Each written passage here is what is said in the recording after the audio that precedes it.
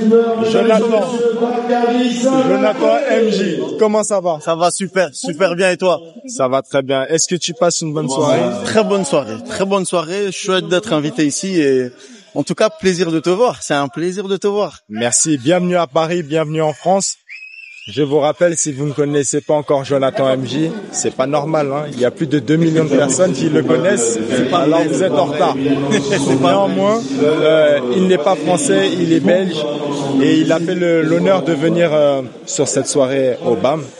Et donc du coup, je voudrais m'intéresser à toi parce que je sais très bien qu'il y en a qui vont être surpris de savoir que tu parles français. Je parle très bien le français. Les gens pensent que tu es américain parce que la particularité de tes vidéos, c'est que tu fais de très très bonnes démonstrations. Tu enseignes extrêmement bien les techniques de boxe, les décorticages, sans t'exprimer. D'où est venu ce concept? Pour quelle raison? Je ne sais pas. Je voulais toucher le monde. Je vais être plus précis.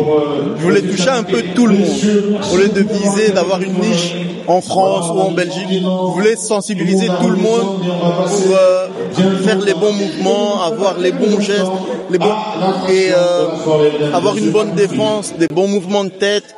Et pour ça, si je mettais une langue sur mes vidéos, j'allais cibler une communauté. Et pour pas cibler une communauté, je me suis dit, je préfère ne pas parler. Et en plus, mon anglais, à ce moment-là, était 0. Donc, je me suis dit, c'est une bonne alternative de faire que sans voix. De faire que les mouvements et laisser parler le langage corporel. Ouais. Ça, c'est un langage qu'on comprend. Du coup, il est international. La boxe, ça touche tout le monde. Peu importe la couleur de peau, peu importe d'où nous venons, c'est sur ça que tu as joué. Je trouve ça magnifique parce qu'aujourd'hui tu es reconnu à l'international au point même que la WBC t'a nommé ambassadeur. Exactement. Comment tu as reçu cette nouvelle de la part de Mais la WBC? J'étais pas prêt. Et c'était une grosse surprise et en même temps ça valorise un peu le travail que j'ai fait et ça redonne une motivation de continuer à aller à la salle, de continuer d'apprendre pour partager les bonnes informations et sécuriser les personnes qui ont besoin d'améliorer leur boxe, par exemple. Donc voilà. Étonnamment, tu me disais en off que toi, tu n'as jamais voulu faire de boxe. Ça peut paraître invraisemblable. Alors, quelle est la raison pour laquelle tu as été introduit à la boxe? Est-ce que tu venais d'un autre sport initialement? Oui. Je faisais du basket et suite à une rupture du tendon d'Achille, c'est là que je me suis lancé dans la boxe, mais c'était pour moi à la base. Mais j'aimais beaucoup quand j'ai commencé à prendre mon premier jab, mon premier cross et je me suis dit une fois guéri, je vais me lancer dans ce sport parce que j'aime bien et pour être coach parce que j'aime bien enseigner, j'aime bien apprendre aux autres et pour faire ça, quoi de mieux qu'aller à la salle et faire des sparring avec des professionnels, apprendre et voilà, comme ça je pouvais partager les bonnes informations aux personnes qui voulaient apprendre la boxe ou faire des combats. Et mon but à moi, c'est de les protéger. Indirectement, on va dire en tant que coach, j'ai une responsabilité de protéger le boxeur, qui prenne pas des coups, qui fasse une belle prestation et qui boxe longtemps dans sa carrière. C'est le plus important. Parce qu'il y a beaucoup de boxeurs qui prennent des coups, on dit ah, il encaisse bien ce boxeur. C'est pas une bonne chose. C'est une très mauvaise chose d'encaisser bien. Améliore ta défense, tu vas plus encaisser. Oui, tu mets un point d'honneur sur tout ce qui est défense, tu fais des décorticages et même tu te permets de dire mais attends, sur des professionnels qui font des erreurs de débutants et ça on oublie, c'est vrai qu'il y a des grands champions élites qui font des fois des erreurs de débutants qui leur coûtent le combat. Exactement, il y a beaucoup de personnes qui pensent que c'est de la critique ou autre. Non, c'est juste des exemples pour montrer que tout le monde fait des erreurs. L'erreur est humaine. Donc il faut pas avoir honte. Il y a beaucoup de gens quand ils prennent ouais, il a pris un KO, t'as rien à lui expliquer. Mais non, s'il a pris un KO, c'est parce qu'il a fait des erreurs aussi. Ou la préparation n'était pas bonne, ou celui en face, il était justement trop fort. Mais pour éviter ça, il faut rappeler aux jeunes que voilà, il faut lever sa garde. Ça sert à rien de faire comme Floyd. Floyd, il a beaucoup d'expérience, il a beaucoup travaillé sa garde. Mais si tu commences à faire la garde à la coquille Philly-Shell et tu l'as pas assez maîtrisé, tu vas prendre un KO. Et le but, c'est de montrer que ouais, tu veux faire ça, alors fais-le bien.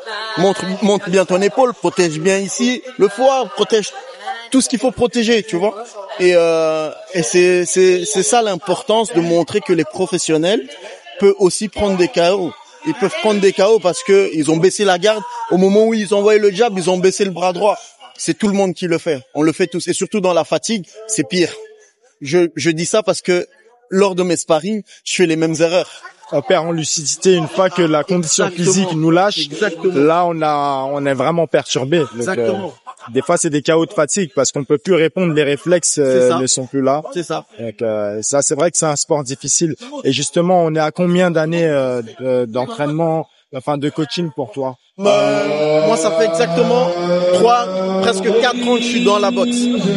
Vraiment dans la boxe. Seulement 4 ans. Ouais. Et par contre, je m'entraîne dur. Ça demande beaucoup de travail et donne-nous des chiffres, parce que c'est subjectif quand tu nous dis oui, que tu t'entraînes beaucoup, tu travailles dur. Il y en a, leur dur, c'est ton light, et leur light, c'est ton dur. Alors, déjà ici, en termes de jours, en termes d'heures, pour quantifier un petit peu.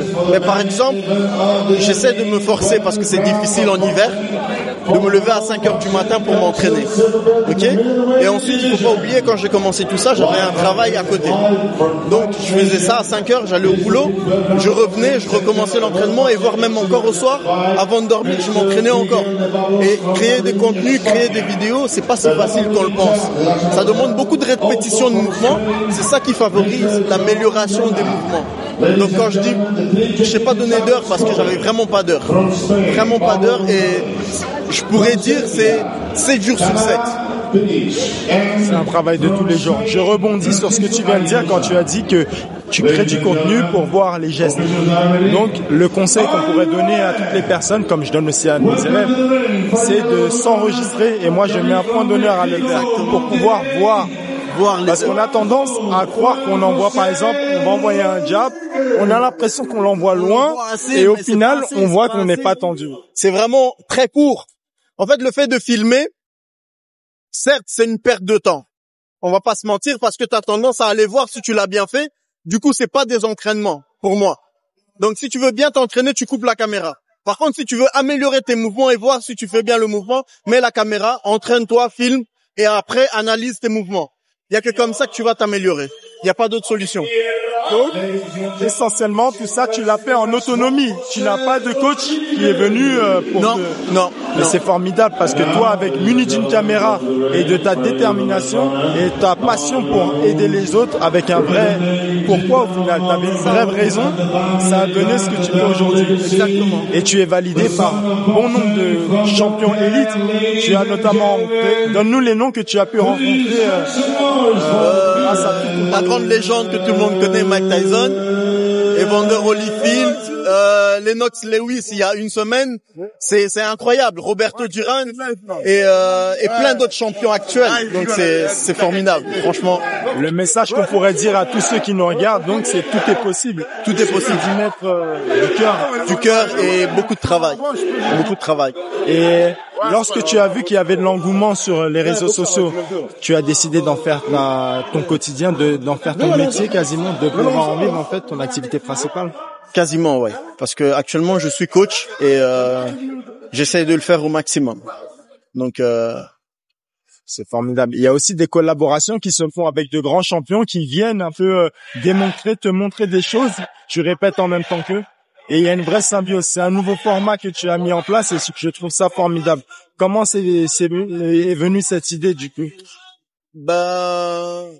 L'idée de quoi? L'idée de faire les contenus avec d'autres champions qui viennent. Ah oui, d'accord, mais ça c'est le feeling. Ils voient que tu fais du bon contenu et que tu restes humble. Et c'est ça qui permet d'évoluer. Je te laisse parce que il y a, je crois, Bilal qui rentre. Let's go. Alors, on va aller le soutenir au maximum. Okay. En tout cas, un grand merci. Merci de t'avoir rencontré. On sera amené à se revoir. Je viendrai te voir en Belgique. Avec grand plaisir. Okay. Avec grand plaisir. Merci. See you. Let's go, champ. Salut les gars. On va voir Bilal.